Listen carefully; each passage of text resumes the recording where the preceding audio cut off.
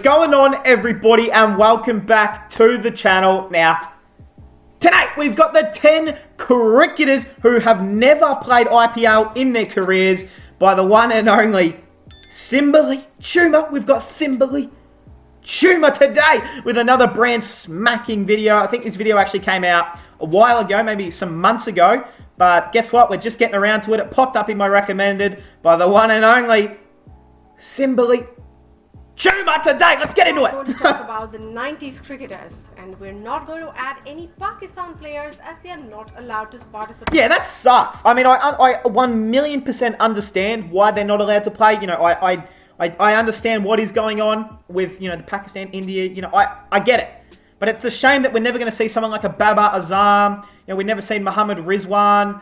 Trying to think of some other really good players from Pakistan. I mean, there's heaps, but yeah, it is unfortunate. But yeah, that's okay. In the tournament. So even though Babar Azam and Mohammad Amir would have been Muhammad Amir as well. huge demand in IPL, we are only going to talk about Boo! Boo! Hashtag F Ben Stokes in the comments right now. in international cricket during the 14 years of IPL, but still haven't played in IPL. Jofra? Today at Simbali Chuma, we are taking a look at 10 cricketers who could have been a major player in the IPL, but did not get a chance to play. Alrighty. Number 10, Mohammad Shahzad. Really? Yeah, and I think that's probably because he was from Afghanistan. Probably didn't help. Entertaining batsman in the associate cricket world, and one who never shies away from showing his emotions. He has toured the world and been part of many T20 tournaments. He is a destructive opener who has hit more than 3,800 runs in T20s. Damn. At an average of 33 and a strike rate of 135. That's a good motherfucking strike rate. He is more than handy with the gloves too. Yeah. He has never played in the IPL so far. Yeah, that's a shame, but I wouldn't say Number him. 9, Yeah. Marcus Trescothick.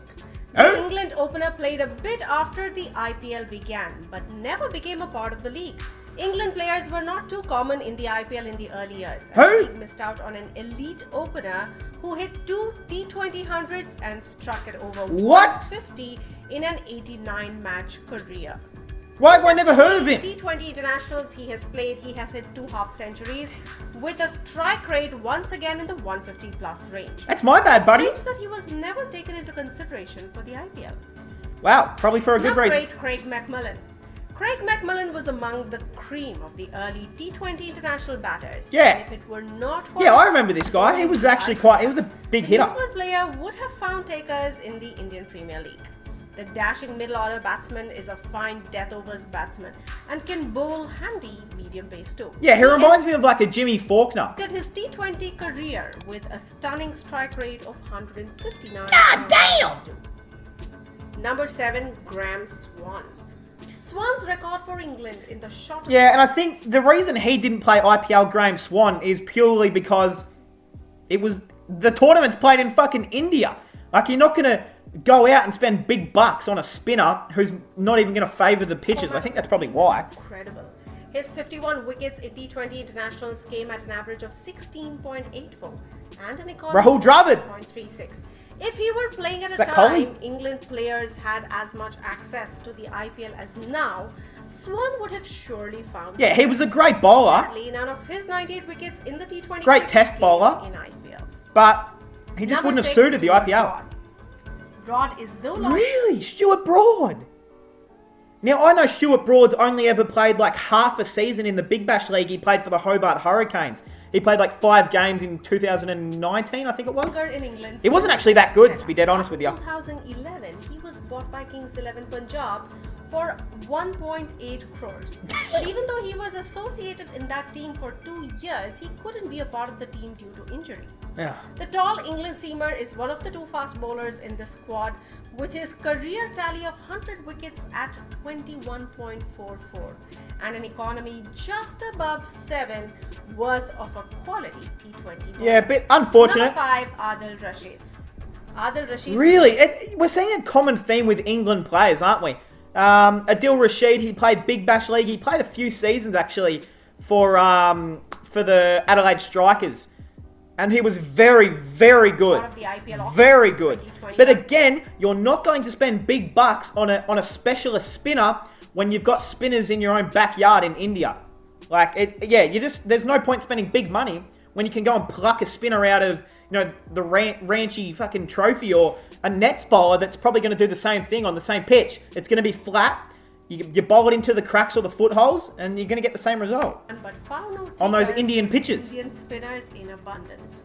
The number 4 ranked T20 international bowler in the ICC bowling rankings, Rashid has been phenomenally consistent in the shortest format of the Yeah, game. for sure. With more than 200 wickets in the format, the England spinner could still squeeze into the league in future years. I don't think he will, At but 4th place, we definitely a have legend. Grant Elliott. Grant Elliott, Finisher really? and handy middle order batsman with an ability to roll his arm over Yeah. with a few dibbly-dobblies.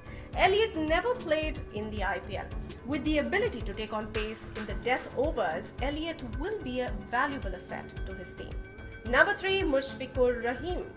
Rahim Yeah. has been part of the auction for a record number of years, still finding no takers. Oof. A more than handy wicketkeeper batsman with a good T20 record. Rahim's ilk is still popular in T20 cricket, and it's odd that he has really never played the IPL. Someone buy this man! Number 2, James Anderson. James Anderson is one of the best And pacers. I think, last pause of the video, but Jimmy Anderson has never really been a T20, franchise player. Never played IPL. I don't think he's ever played PSL. I don't think he's ever played the Caribbean Premier League. He's never played the Big Bash League, I don't think either. So, I mean, really no When surprise. he stopped playing in T20s, it is no denying the fact that he is getting better with age. And he will be perfect for IPL. With his age of 38, he will perfectly fit in the CSK team. I was about to say, CSK loves buying a fucking old player. Why don't they go and But get the him? fact still remains that he has never played a single game in the IPL so far. Topping our list today, at number 1, we have Joe Root. Root may not be a part of the England T20 international setup currently. He's not that good But the in middle order T20s. batsman has a decent T20 record, averaging in the mid-30s with a strike rate close to 130. More than raw numbers, Root's ability to counter spin and play all around the wicket makes him a surprising player to have never played in the most popular T20 league in the planet. Yeah, and Which player were you surprised to know? that's kind of, Joe Root. I thought he would have at least played some IPL. He played like 6 games, I think. It was for the Sydney Thunder. Was it 2019 or 2020? I think it was 2020. No, 2019, Joe Root played some games for the Sydney Thunder. He scored like a 35 in one game, but the rest of the games he just went out for like 6, 7.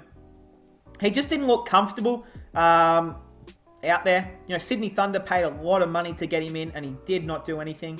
And it's just, he's never been a world-class T20 player. He's always been a great test player and a very, very good ODI player. So I guess that's probably why. There's still, Jimmy Anderson could definitely still play. Joe Root could definitely still play. Adil Rashid could possibly still play. I mean, you don't want to rule any of them out. But hey, that is going to cap it off, guys. I hope you guys enjoyed, and I'll see you guys in the next one.